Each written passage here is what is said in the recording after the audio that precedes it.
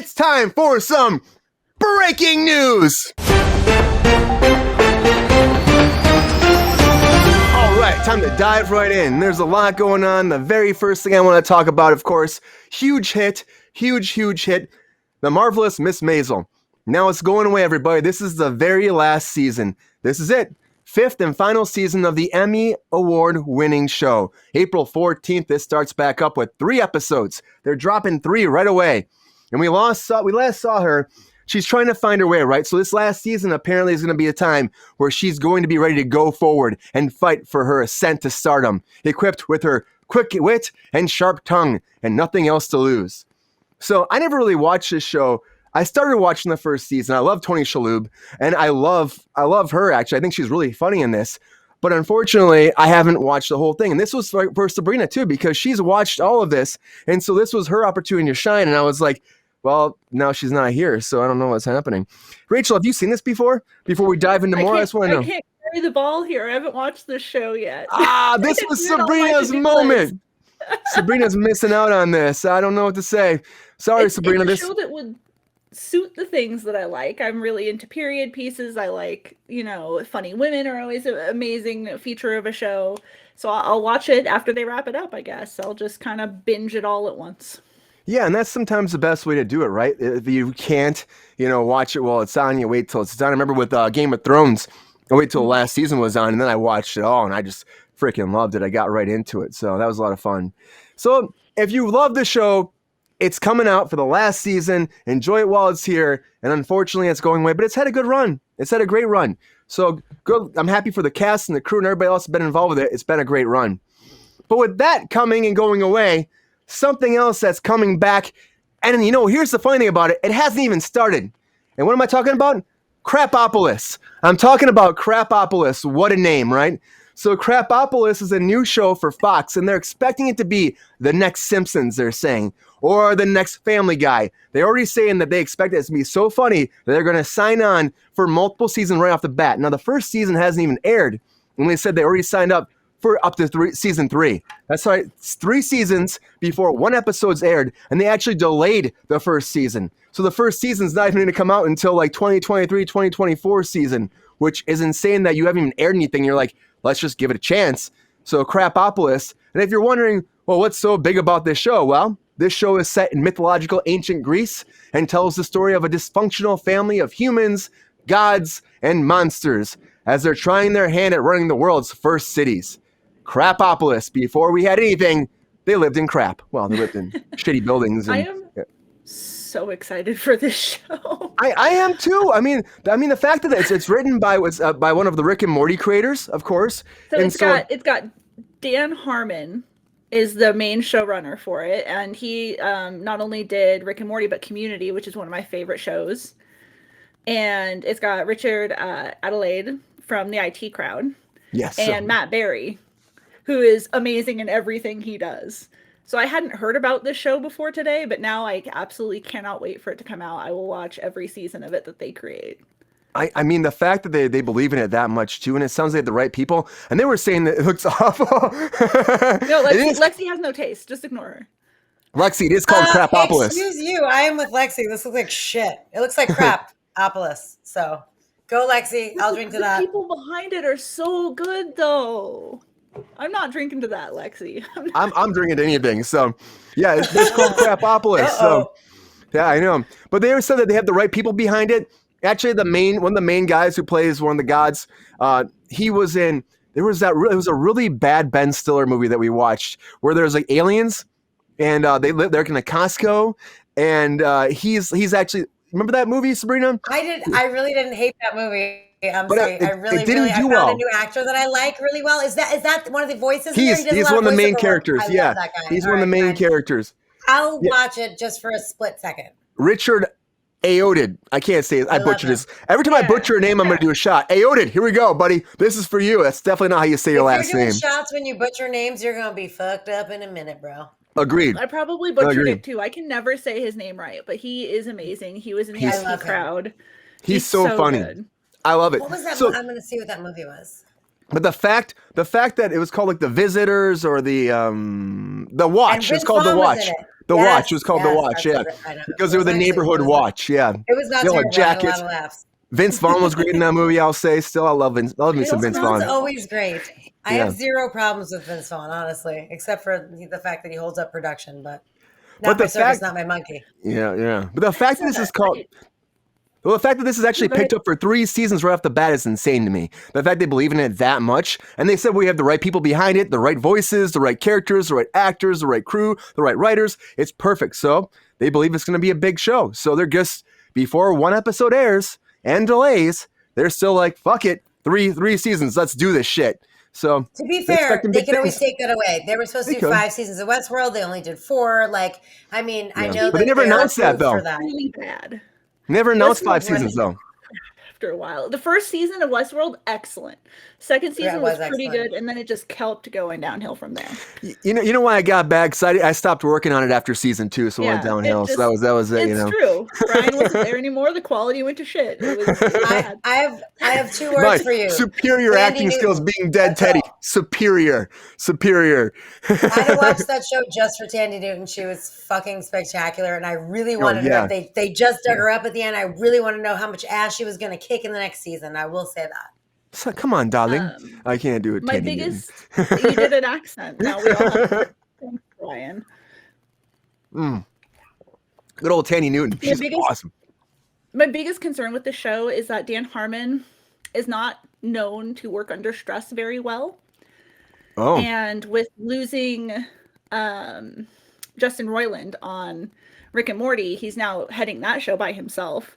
And he has the Community movie that's in production this year. It's a lot of work. He's got 3 massive projects on his plate, and I hope he can handle it. Maybe that's why this is delayed too. It could be why it's delayed, so he has more time. If he knows how to delegate and he has a good team, I think that there's hope. Well, speaking of Crapopolis, I want to talk about The Best Man. So The Best Man, I saw this trailer and I wanted it to be good. Everybody, I wanted it to be good. I saw Luke. I mean, if you see the image on the poster right now, you got Luke Wilson and you got Dolph Lundgren, and I'm like, and they're both holding semi-automatic rifles. I mean, it looks hilarious to me. I watched the trailer. It looks like absolute trash. It really does.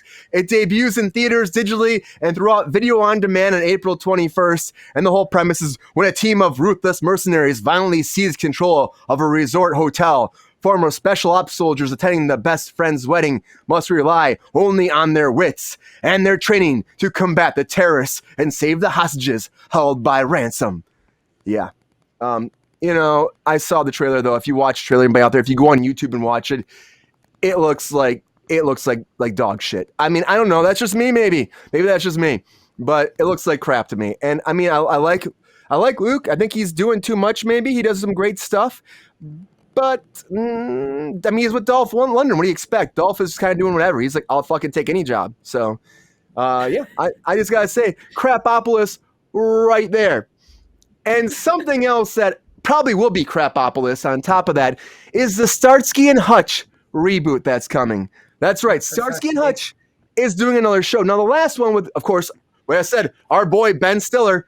Is he a friend of the show? I don't think so. No, Sabrina's gonna no, he is not. Sabrina's going to say not a friend of the show.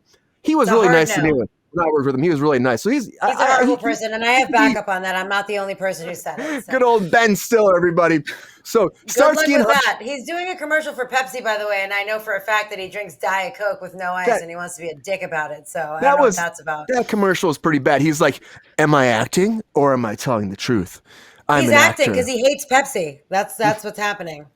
See, and now I automatically hate him because Pepsi is the better of the 2 beverages. I agree. No, I'm more of a Coke person. I'm always more of a Coke person. Pepsi is the official drink of cruise control. I don't know about that. I mean, I drink Coca-Cola. That's kind of my thing. Cherry Coke eventually. I love Cherry Coke. Excuse me. May I just have one quick moment? Yes. Coke, if you put it like on a bumper, it will clean rust off of it. So put it in my stomach. Maybe Coke's not the best, and any flavored Coke tastes like cough syrup. So I'm just saying you're outnumbered. And also, Rachel, your beverage looks delicious. It does. Well, Starsky and Hutch, everybody. So they're doing a twist this time for Starsky and Hutch, just so you know. So they're going to do a female cast this time. So they're changing it up a little bit. They're like, it's going to be Don't about Ghostbusters me, y'all. Don't do it. It will revolve around two female detectives, Sasha Starsky and Nicole Hutchinson. The duo solve crimes in an offbeat town of Desert City while trying to stay true to their friendship, their awesomeness, and somehow also trying to unravel the mystery behind who sent their fathers to prison 15 years ago for a crime they didn't commit. That's right, 1 hour drama. This is a terrible call. There's no audience for a Starsky and Hutch reboot to begin with. And whatever audience there is going to be like 60, 70-year-old men who are going to be furious that it's little girls. Yeah, I know. Where's GR at tonight? Like, why do they keep Where the fuck is GR tonight? Where's GR? I want to see what curious about fancy this. stuff. Ridiculous. Yeah, it's not gonna be. I mean, maybe they'll find a way to make it good. I don't know. I don't know. Nobody was asking for this, Lexi. Nobody. No. And women are asking for more roles, not more shitty roles. You know what I mean? There's a big difference. Like, nobody gives a flying fuck about Starsky and Hutch, and nobody wants to see why don't you make a different funny movie with two women detectives? Like, why does it have to center around this bullshit? They're playing off a brand. They feel like they have a built-in audience. They're setting them up for failure. They're setting women up for failure, and I don't appreciate that. Boom, said it. But I feel like they expect that people will watch it, and then hopefully, when people actually watch this show, their acting skills and their talent will shine through, and people won't care that it's not the OG Starsky and Hutch. Look, you can only shine a piece of shit so much. That's all I'm saying. You know what I'm saying? I mean, I would love it to work. It would be great if it works. I mean, it seems like it's setting it up to be like kind of a sequel to the original. Maybe they'll try to bring back the OG ones and be like, see, it's their fathers. Who knows? Something else that's coming back, though, is Prehistoric Planet. Now, I don't know why I even want to talk about this tonight, just because I saw... Dick Van Dyke? No. It's David Attenborough. Just because David Attenborough's like the man for all the voiceover stuff. So Apple TV Plus is bringing a season 2 of Prehistoric Planet. And the reason I want to talk about this is I love fucking dinosaurs. That's just my world. I love dinosaurs. If you watch the first season, oh man, I'd probably Stegosaurus. Yeah. I thought you were gonna give me a T-Rex. No. Is that an I'm a pterodactyl. Is that an impression? That's an impression. Mm-hmm. Whoop, whoop. I don't know. So anyways, this is coming back. They did one season. It aired last May. The new season airs May 22nd. And it's by the same people from the first season, of course. The new series will allow viewers to learn more about new dinosaurs, as well as make a return of species previously covered in the first season. Something else that's also prehistoric because it's been in development for 1 million years is the new movie, the new Western thriller called The Thicket, which is coming to Tubi. Now, The Thicket is with Peter Dinklage. Angry elf. Yeah, he's an angry elf. So Peter Dinklage. You put some respect on Peter Dinklage. Jesus. I love him. But Sabrina always calls him Angry Elf. He was on Elf. He ran across the table and tackled Will Ferrell. He is forever Angry Elf in my book. I'm sorry. He could be a Targaryen or whatever the fuck he was on Game of Thrones. He could be, I mean, he's been in 1 million movies and I love him to death. But he will always be Angry Elf to me. I do not care. With the little book that they found and the asparagus that was self-conscious about the way its pee smelled. Like, I can't. He's an angry elf. Ever forget that as long as I live. I'm sorry. That's where I'm at with him. Elf. Yeah. Well. Well, The Thicket, everybody. The Thicket is going to Tubi, and Tubi is also venturing into making their own movies now, of course. So this is going forward. But Peter Dinklage has been signed on this for a decade. For a decade, he's been trying to do this movie. But there have been problems with production companies signing on, signing off. The last time it was supposed to move forward was in 2020. February 2020, they were supposed to start production. Something happened. What happened to stop that? Yeah, we all know. So anyways, that got stopped. It got pushed aside again. He was pissed. He's been wanting to play this forever. But this is set at the turn of a century. The Thicket follows an innocent young man. His name is Jack, who goes on an epic quest to rescue his sister, as she's been kidnapped by the violent killer Cutthroat Bill and her gang. Now, to save her, Jack enlists the help of a crafty bounty hunter named Reginald, who's played by who? Peter Dinklage. Angry Elf. Yes, a grave-digging alcoholic son of an ex-slave. What? Peter Dinklage? And an ex-slave and a street-smart prostitute. So the gang gets together, they go to this unknown chaos rain realm, and they try to battle them off to get back his sister. So that's the premise. The guy from Metallica is in this. What? Is it Lars? Is Lars in this shit? God, I forgot which one, but one of the guys from Metallica, I was reading the article you sent, or in this, I can't imagine a single member of Metallica in a period piece. Are you kidding me? I feel like a Western would be very good for Metallica. Yeah.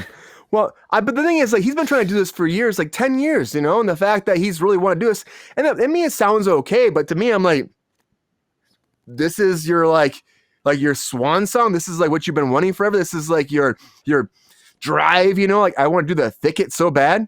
I don't know. It's James Hetfield who actually fits the best into a Western motif. It might be fantastic. It might be.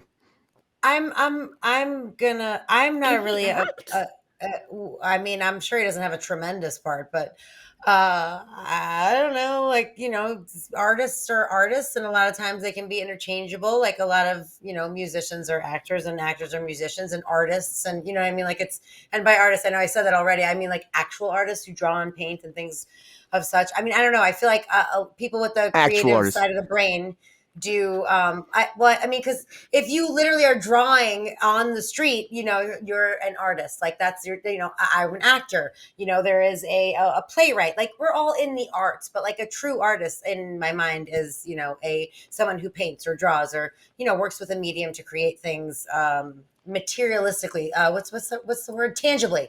Thank you. Tangible. So drink to that. So I feel like it's very possible that he could be good. I'm not a Western fan, and this sounds like a shit show. Yeah, I mean, I don't know. The fact that though, here's what I will give it this: the fact that it's been 10 years. Well, I'm getting warm. The fact that it's been 10 years. I feel like it's got to be a great script. It has to be a great script. The fact that, I mean, Peter Dinklage, like that fool chooses his stuff. You know, he really does, and he has a great art to him. Hold on. He's been trying to do this, so maybe he just wants to play a bounty hunter, and this is his avenue. Maybe it's not amazing. I mean, maybe he's just like, I want to be a bounty hunter, and this is the way I'm going to do it. And maybe not great. So I love Lexi saying this sounds awful again. Lexi's like, fuck this. We're very much on the same page. I'm with her. She's like, give me some good stuff. You want to hear some good stuff, Lexi? Here's some good stuff. It's time for a cruise control sidebar. If you're doing your taxes, everybody, you got till October to do it. Just saying. Oh. Wait, really? I just love this fun because it's for like good information. So federally, and if you live in California, state too, they have pushed taxes deadline till October. Now they initially pushed because of, well, they're saying just to give people more time because of the pandemic again, because it's taken a long time. The traditional deadline. Can't get their shit together. People can't get their shit together. They moved it in May initially, but now they're saying October. And then Newsom came out. Good old Newsom. Good old Gavin said, we're going to follow along with the U.S. government, and we're going to let it be October as well. That's not a Newsom.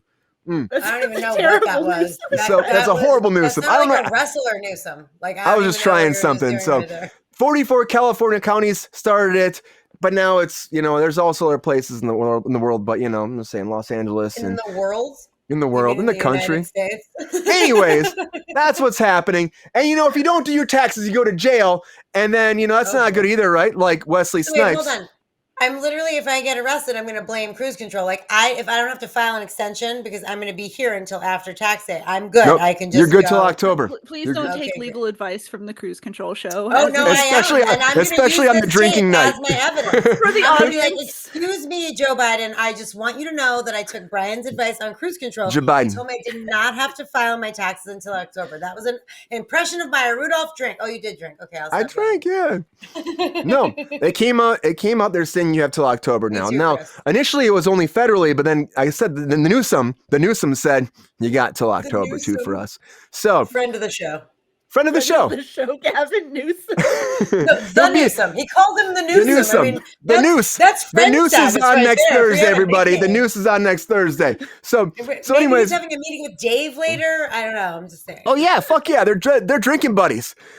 Anyways, so. You know, if you don't do your taxes, you go to jail, and maybe the president, like Joe Biden, will get mad at you, just like Robert De Niro is going to be our next president in the movie, or the show, I should say, 0 Day. Now, this is the first time what a name. I know, right? It's a Netflix show, and this is the first time that De Niro is on a TV show, everybody. Very first time. All these older actors are going to this because, of course, First time being a series regular, I should say. Being a series regular. He might have been on a TV show doing a pop-in, being like, hey, let me open the door for you. You know, and then out. But no, this is his first time as a series regular. And this has been happening more and more. Like we had Harrison before, been talking about, been doing TV like a madman recently. Well, De Niro's he's opening that door, he's going to TV. It's a limited series for Netflix. It's a political thriller where he's playing a former president. And the premise is, and I heard this premise and I said, guys, give me something more. But here's what they say. Zero Day asks the question on everyone's mind. How do we find truth in a world in crisis? One seemingly being torn apart by forces outside our control. And in an era rife with conspiracy theory and subterfuge, how much of these forces are products of our own doing? Perhaps even our own imagining. That's what you got? Like, what is that fucking... that's what you can give me for this? You got De Niro and that's what you got for me? Anyways. Whoever wrote that blurb, it was good. It must be good that De Niro signed on. I feel like Elaine Bennis wrote that in her catalog. Like, I feel like they hired an Elaine Bennis from Seinfeld to, like, jot that up really quick because it's a terrible fucking description. Yeah, I don't know. But the fact that De Niro's doing TV was the big thing for me. I'm like, he's going in, he's doing a main part, he's going to be a regular, that's big. And then it's been happening more and more and more because TV is becoming like film.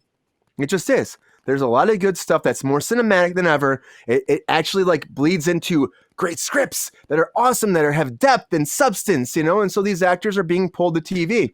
The downside is though, fuck the working actor, you know, who used to make their living on TV, that had an opportunity to grow and start there and actually branch off into bigger things. Now they're losing all these jobs. That's the trade-off though. The working actor got fucked a long time ago. Yeah. Yeah. But I think the shows these film actors are going towards tend to be on like the prestige channels, like HBO, Showtime, all those sort of like upper level, and then Disney also Plus. The streaming services. So I think it's like this weird middle ground between television and film where yes, it's a series, but you're getting these film actors because it's more of a prestige series than like a network or cable television.